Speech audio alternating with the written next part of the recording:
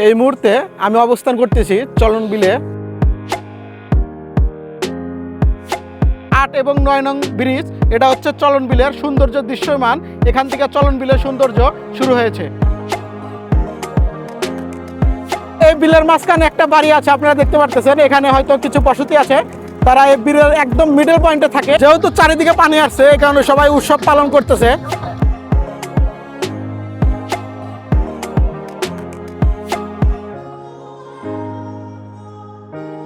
শুভ সকাল। সকালে যখন ঘুম ভাঙে তখন আমার ট্রাভেল শুরু হয়। আজকে আপনাদেরকে দেখাবো চলন বিলের আসল সৌন্দর্য।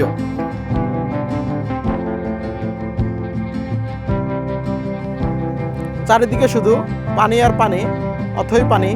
চোখ যত দূর যায় শুধু পানি, পানি ছাড়া কোনো কিছু দেখা যায় না। এখানকার প্রাকৃতিক সৌন্দর্য একটু অন্যরকম, ডিফারেন্ট টাইপের। আমি এখন যে জায়গাটাতে দাঁড়িয়ে আছি এটা চলন বিলের ৮ নম্বর ব্রিজ। তো আমার সামনে ওই যে দূরে ক্লিয়ার দেখা যাচ্ছে কিনা জানি না, ওটা হচ্ছে ৯ নম্বর ব্রিজ। আপনি যদি চলন বিলের আসল সৌন্দর্য উপভোগ করতে চান, অবশ্যই আপনাকে ৮ নম্বর এবং ৯ নম্বর ব্রিজে আসতে হবে। এখানে সবচাইতে মজার বিষয় হলো কি, এই জায়গাতে বিলের মাঝখানে কিছু বাড়িঘর আছে, যেটা দেখতে আসলেই অসাধারণ। কারণ চারিদিকে পানি, শুধু মাঝখানে বাড়িঘর। এটা দেখতে একটা প্রায় দ্বীপের মতো। যারা সেন্ট মার্টিন গিয়েছেন তারা এই বিষয়টা বুঝতে পারবেন। কারণ মাঝখানে সেন্ট মার্টিন যেরকম মাঝখানে একটা দ্বীপ, চারিদিকে সমুদ্র, ঠিক এখানেও তেমনি মাঝখানে বাড়িঘর আর চার সাইডে বিল আর চারিদিকে পানি থই থই করতেছে। ভিডিওর শুরুতে আপনাদের কাছে একটু ক্ষমা চেয়ে নিচ্ছি, কারণ আমি যেহেতু হাইওয়ে রোডের পাশে ভিডিও রেকর্ড করতেছি, তো এখান থেকে প্রচুর পরিমাণে গাড়ি চলাচল করতেছে, এই কারণে হয়তো নয়েজ আসতে পারে। তো এটা ক্ষমার দৃষ্টিতে দেখবেন। হচ্ছে মেইন রাস্তা, এখান থেকে আপনারা অনেকটা উপভোগ করতে পারবেন। আমি এখন দাঁড়িয়ে আছি ৮ নম্বর ব্রিজে। ৮ এবং ৯ নং ব্রিজ, এটা হচ্ছে চলন বিলের সৌন্দর্য দৃশ্যমান। এখান থেকে চলন বিলের সৌন্দর্য শুরু হয়েছে।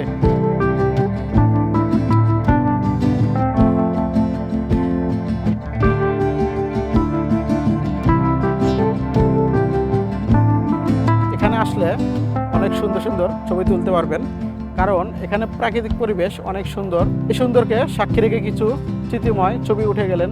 তো আপনারা রাস্তার পাশ দিয়ে দেখতে পারতেছেন অসংখ্য দোকান। আপনারা এখানে সমস্ত প্রকার খাবারের জিনিস পেয়ে যাবেন।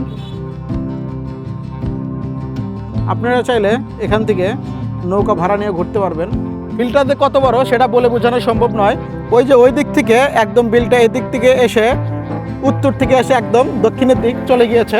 এই চলন বিলটা, এটা কিন্তু শুধু সিরাজগঞ্জ জেলা নয়, এটা হচ্ছে সেই নাটোর সিংড়া হয়ে নওগাঁ, সিরাজগঞ্জ, এদিকে বাগাবাড়ি, পাবনা হয়ে এদিক দিয়ে বের হয়ে গিয়েছে। ৪-৫টা জেলার উপর দিয়ে এই বিলটা প্রবাহিত হয়েছে। যারা ঢাকা থেকে এই চলন বিলে আসতে চান, তারা ঢাকা থেকে রাজশাহী, নাটোরে যদি বাসে ওঠেন, তাহলে ৮ নম্বর ৯ নম্বর ব্রিজে চলন বিলের যে ব্রিজ, এখানে নামিয়ে দিবে। অথবা আপনারা যদি ভেঙে আসতে চান, তাহলে ঢাকা থেকে সিরাজগঞ্জ, হাটিকুমরুল, গোল চত্বরে আসবেন এবং ওখান থেকে অনেকগুলো লোকাল বাস এই নাটোর রাজশাহী রাস্তায় ঢোকে। লোকাল যে বাসগুলো আছে সেগুলো ৪০-৫০ টাকা এরকম ভাড়া নিবে আর কি। তো এখানে আসলে আপনাদেরকে নামিয়ে দিবে। তখন আপনারা এই সুন্দর পরিবেশে এসে এখানে সময় উপভোগ করলেন এবং ফ্যামিলিকে নিয়ে আসলেন, তাদেরকে পরিবার পরিজনকে নিয়ে একটু ভালো একটা সময় কাটালেন। এখানে এসে আসার পর আপনারা ভাসমান রেস্টুরেন্টগুলোতে ওখানে ফুচকা, চটপটি, চা, কফি খেতে পারেন। আবার ইচ্ছে করলে নৌকা নিয়ে সেই গহীন একদম বিলের মাঝামাঝি যে ওখানে উপভোগ করতে পারবেন। আপনারা যেভাবে সুবিধা সেভাবে আপনারা সময়টাকে এনজয় করতে পারবেন। আপনারা যারা এখান থেকে আবার ঢাকা ব্যাক করতে চান, তারা এখান থেকে এই পিছন দিকে কাচিঘাটা বাজারে গেলে এখান থেকে অটো ভাড়া ২০-৩০ টাকার মতো নেবে। কাচিঘাটা বাজারে গেলে ওখান থেকে ঢাকার উদ্দেশ্যে ১৫-২০ মিনিট পর পর রাজশাহী, চাঁপাইনবাবগঞ্জ থেকে যে বাসগুলো আসে, এখান থেকে আপনি আবার ঢাকার উদ্দেশ্যে ফিরে যেতে পারবেন। আমরা এখান থেকে নৌকা ভাড়া করছি, তো এখন আমরা বিলের মাঝে যাব।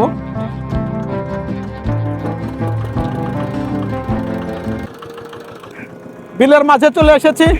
তো দেখতেই পারতেছেন চারিদিকে পানি।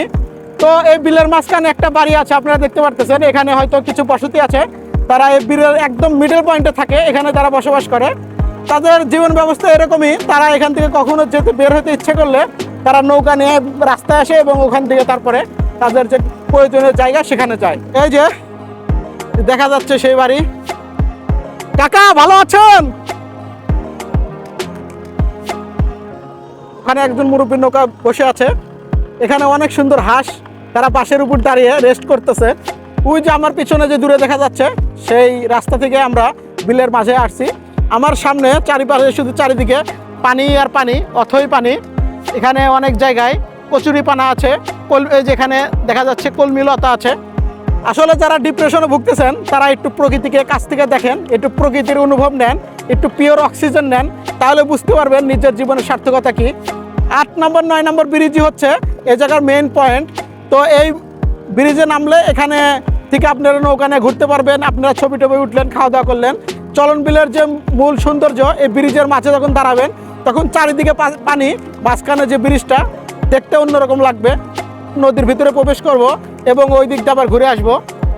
ওই যে দূরে দেখা যাচ্ছে ঢাকা রাজশাহী হাইওয়ে রাস্তা। আমরা এখন বিলের মাঝামাঝি অনেকটা ভিতরে চলে এসেছি। এই সাইডে কাশবন আছে, আমার ডান সাইডে বাম সাইডে 2 সাইডে কাশবন। আমি এখন নদীর মাঝে আছি।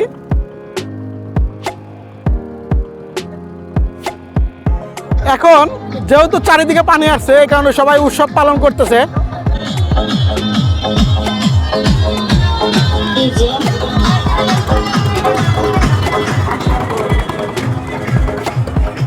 আপনারা জানেন হয়তো এখন যেহেতু ফসল কাটা শেষ, তো ফসল কাটা শেষের পর সকলেই কৃষকরা ফসলগুলো ঘরে তুলেছে এবং এখন চারিদিকে পানি আসছে, এখন আর কোনো দিকে চাষাবাদ হবে না।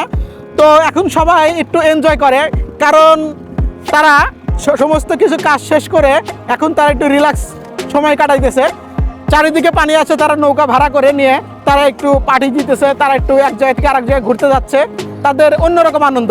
কিন্তু যারা আসলে আমরা কর্পোরেট জব করি, তারা সত্যি কথা বলতে ঈদের ছুটি ছাড়া এরকম খুব একটা ছুটি পাই না যে প্রাণ খুলে আনন্দ করতে পারবো, মন খুলে আনন্দ করতে পারবো, এরকমটা আসলে আমরা কেউ পাই না। কিন্তু দেখেন যারা কৃষক আছে তারা হার্ড ওয়ার্কিং করতেছে, প্রচুর পরিশ্রম করতেছে।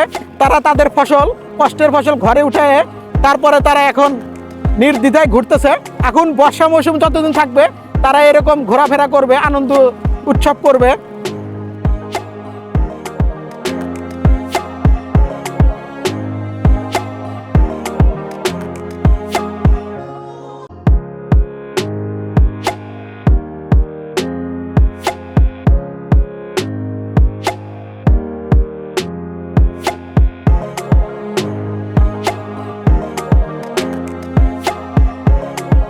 যখন নৌকা নিয়ে মাছ বিলের ভিতরে আসবেন, যখন দেখবেন শুধু চারিদিকে পানি আর পানি, তখন এখানকার যে মাঝি ভাই আছে তাকে একটু বলবেন যে ভাই নৌকাটা অফ করার জন্য। কারণ নৌকাটা বন্ধ করলে কি হবে, আপনি তো সারা জীবন যান্ত্রিক কলহল, গাড়ির কলহল, সমস্ত শব্দ শুনতে শুনতে আমরা এই পরিমাণ নয়েজ নিতে নিতে আর সঠিক যে প্রাকৃতিকের যে শব্দটা, যেমন এদের পানির কলকল শব্দ, আবার পানিটা যখন নৌকার সাথে লাগে যে ঢেউয়ের যে একটা অনুভূতি, এই জিনিসটা, এই ফিলটা যদি নিতে চান অবশ্যই আপনাকে বিলের মাঝামাঝি এসে নৌকাটা অফ করে 5-10 মিনিট যদি আপনারা যদি একটু বসে থাকতে পারেন তখন এই ফিলটা পাবেন। কারণ এখানে কোনো নয়েজ নেই, কোনো শব্দ নেই। আপনারা যখন এরকম জায়গায় অবস্থা করবেন তখন পানির যে একটা প্রতিধ্বনির যে একটা শব্দ, এই জিনিসটা ফিল করতে পারবেন, যেটা আসলে কখনো এই ন্যাচারাল ছাড়া কখনোই সম্ভব না। এখানে অনেকগুলো নৌকা আছে, আপনারা দরদাম করে নৌকা রিজার্ভ করে নেবেন। নৌকার প্রাইস খুবই রিজনেবল, তো একদম বলার বাহিরে। 200-300 টাকার ভিতর আপনারা ভালো ভালো নৌকা নিয়ে ঘুরতে পারবেন। না চাইলে এরকম ভাসমান রেস্টুরেন্টে চা কফি খেতে পারেন, ফুচকা খেতে পারেন। এখানে অবশ্যই দরদাম করে খাবেন, কারণ জানেন যেগুলো টুরিস্ট প্লেস আছে সমস্ত জায়গায় দামটা একটু বেশি। তো আপনারা এখানে বিলের সৌন্দর্য উপভোগ করতে করতে খাবেন, বিলের প্রকৃতি, বাতাস, মনোরম পরিবেশ, এগুলো দেখতে দেখতে আপনারা সময় পার করতে পারবেন। যারা আপনারা ঢাকা থেকে চলন বিল আসবেন তারা মনোমুগ্ধকর 2টা জিনিস পাবেন। একটা হচ্ছে চলন বিলের তো প্রকৃতির ভালোবাসা পাবেনই, সাথে এখান দিয়ে আসার সময় মেইন রাস্তার যে গাছগুলা, 2টা গাছগুলো এমনভাবে আছে যেন আপনাদেরকে একদম ছায়া দিয়ে রাখছে। এখানে যদি আসেন এখানে অনেক সুন্দর সুন্দর ছবি তুলতে পারবেন, কারণ আমার পিছন দিয়ে অসংখ্য খেজুর গাছ, এখান দিয়ে অনেক সুন্দর সুন্দর ভিউ পাবেন।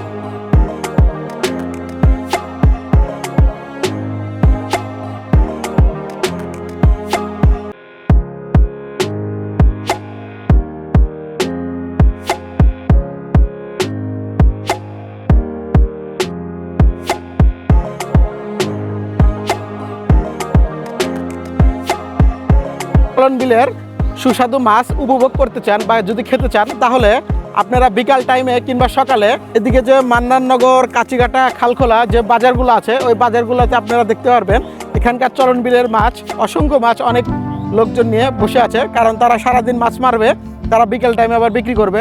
আবার অনেকে রাতে যারা মাছ শিকার করে সে মাছগুলো আবার সকালবেলা বিক্রি করে। তো আপনারা চাইলে এখান থেকে সুস্বাদু মাছ কিনে নিয়ে যেতে পারেন। আমি প্রায় ভিডিও শেষ প্রান্তে চলে এসেছি। ভিডিওটা যদি ভালো লেগে থাকে আমার ভিডিওটা যদি ভালো লেগে থাকে সাবস্ক্রাইব করে দিবেন। আর যদি ফেসবুক থেকে দেখে থাকেন একটা ফলো দিয়ে দিবেন, ফ্রেন্ডের সাথে শেয়ার করবেন। আর কোথা থেকে ভিডিও দেখতে চান সেটা কমেন্ট করে জানান। নেক্সট ভিডিওতে দেখা হচ্ছে বগুড়া মহস্তানগড় থেকে। ভালো থাকবেন, আল্লাহ হাফেজ।